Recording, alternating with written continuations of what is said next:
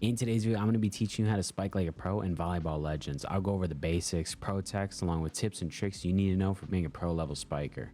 First the basics, and then I'll move on to more advanced stuff, and I'm starting with tilting. Tilting to either side extends your hitbox in the direction you are tilting. Tilting forward causes the ball to speed up and meet contact with the ground faster, but has a tighter arc and typically can't be used unless close to the net. And tilting backwards slows the ball down and causes it to meet the ground slower. Think of the backwards tilt as kind of the opposite of a forward tilt. Note that tilting backwards can often though send it completely out and is usually better on spikers with weaker spikes, but with higher spikes you can let yourself on a backwards tilt get a little lower and make it so it actually lands in. And the backwards tilt is also good for hitting opposite corner spikes really well, which is a pretty good move. Now, to consistently get hard spikes, the easiest way to do this is to make sure the ball is above your head and you're close to the pinnacle of your jump when you spike it. It's really as simple as that. Most of spiking is just timing your jump and the subsequent hit after. To better practice, you can have a friend or someone just toss you up spikes randomly, or just throw yourself up sets in the practice mode and get your timing down. The most common mistake people make though with spiking is tilting too much or not tilting when they're supposed to. For example, like I said with the forward tilts, people oftentimes instinctively tilt forwards when at the back of the court. Stop doing this. It's causing you to get too lows. Or like tilting backwards when reaching for a ball behind them and they just send it out completely. I have a more in-depth guide on just the basic / beginner level stuff in this video, so I won't spend too much time on it here, and instead just move on to a little bit more advanced stuff. If you think you can hit hard spikes with good consistency, next you should work on aiming them and hitting them past blocks. There's quite a few different ways to do that, but we first have a flick. This is where you face one direction and you simply flick the other and jump and spike. It's really simple. But there's another type of flick and this one is done mostly out of shift. Simply run under the ball and then shift lock in the direction you'd like to spike, jump and spike. You can also run in circles, do a little movement, anything to throw off defenders on where you might be spiking to.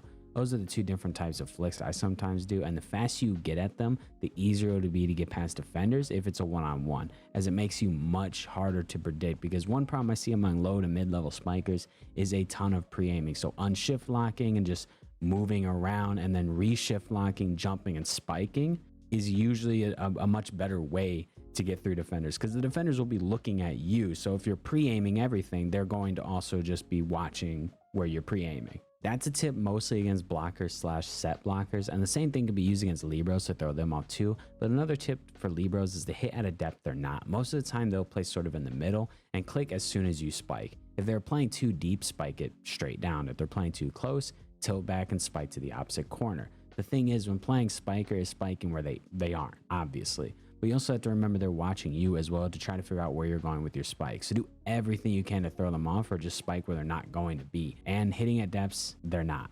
My favorite is a back tilt across the court to the corner, a tilt down spike straight forward, or just kind of straightforward, a no lane spike on the line closest to me, or a cross. And I don't mean like a corner, like to the back corner kind of cross. I mean like a really tight angle cross. And before I move off this, to hit the tilt back spikes, you need to play with your own individual spike stand, because it does change a lot depending on the strength of the spike you're playing with. But you can hit it at its pinnacle to push it farther, or let it drop a bit if you're hitting it out of bounds consistently. Like with Bokuto, he hits it out of bounds a lot, so you might have to let the ball kind of drop just a touch on when you're tilting back. To hit certain angles or cross hits is really mainly dependent on how far you are horizontally. If you're too horizontal, you're going to hit it too low or hit the top of the net most of the time. It's really about trying to turn as horizontal as possible without hitting the top of the net. You can tilt back and delay the tilt to sometimes help with this, but the tip I always keep in mind is the farther the ball is to the net, the less I can be turned horizontal. What I mean is when you're close to the net, it's kind of easy to hit the cross unless you are completely horizontal. But the farther you go back from the net, the more you can't do this. So pretty much the closer you are, the more you can turn horizontal and get a tighter angle without it being too low or hit the top of the net. And the farther you go back, the more forward you have to be facing. Now, how to space as a spiker. This can vary heavily depending on the game mode you're playing and what you and your team wants to do, but the most common type of spacing is 2 spikers on the wing and a setter mid. You can change this where you have a setter on a wing and a spiker mid, and also on the wing to throw off exactly who's going to be the one to spike it as the setter sets it across. But doing this forces the defense to mark each spiker, and as a consequence stretches the defense out. This is good because as a spiker, no matter how good you are, it's very hard to get spikes through 3 set blocks right in your face. So having the defense spread out forces them to be coordinated and mark each of you individually, and sometimes no one will be marked and the setter can just set it to them.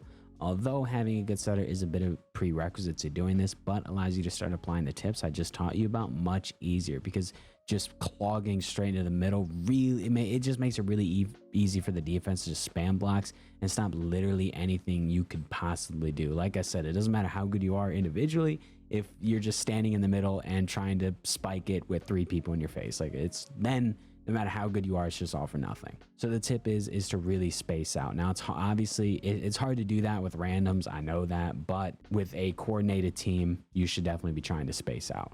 Now for some actual context. At first, we have the delayed spike. Hitting the ball at the pinnacle of its height or your jump is just the easiest way to get a hard spike, but not the only way. You can delay it very low as long as it'll still be over the net, because a too low just means it wasn't going to be over the net. Using that information, you can delay your spike pretty long. This works because usually some defenders will get antsy and jump early when they think you should jump. So sometimes you can bait out their jump or just jump suddenly and get a quick spike in when they don't expect it. At number 2 is the quicks. It's pretty simple. Pretty much your setter sets it and it's immediately spiked down by you. You can do this simply by standing on them and having them pop it into your hands, but the better way is for them to jump and do this either right on you or with you slightly away from them and kind of set it straight into your spike. This does take some coordination between you and the setter though, but this form of attack is much stronger than the previous one, and if you're playing on bigger teams, you can get pretty creative with how you do this. 3, there's multiple different abilities good for a spiker, but boom jump and redirection jump are probably the best. If you have a high stat setter, you can use boom jump to reach it over everybody else's blocks, but the drawback is the back row can still receive it. And with the redirection jump, when you go to jump, try to delay the pop of the ability as long as you think you can, and then use it to pivot in another direction and hit. So like after you jump, you then hit the ability and change directions with your redirection jump. This works because the blocker has already jumped to match like your initial jump, which means the only one who can do something now is someone in the back row if you use the ability properly.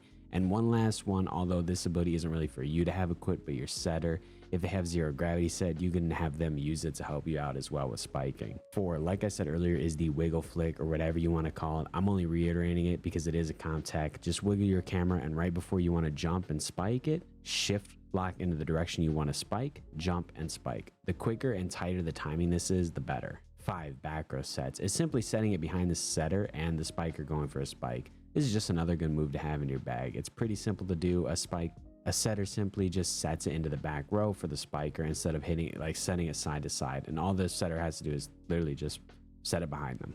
At 6, set blocking is meta right now. And if you aren't playing blocker during the game, you can get really quick spikes off on your own teammates' set blocks.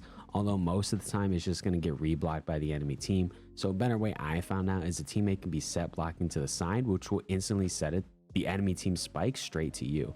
This is risky because like you're largely out of the defensive play, at least as a blocker, but can set up like literally instant set and spike. So like when the enemy team goes to spike the ball, your teammate can be sideways set blocking, which will then just set it across the side to you. It can work. Number 7 is tipping it over their blocks with a block, since it arcs higher than really anything else and is hard to get back to if defensive completely committed to playing against the net. It might not be a bad option if you know your spike isn't going to get through. A lot of spiking is skill and muscle memory. It's not like my setting guide that's much more like knowledge based, where it can be applied when you know what to do. The more you spike different balls and play, the better you will get at hitting angles, timing, and everything else. And also when you play with teammates and have a coordinated team also helps a lot, because then you can try actually some of those techs. And I'll be answering any comments you might have down below, so leave a comment there if you're still curious about anything that I can answer. Anyways, thanks for watching. See ya.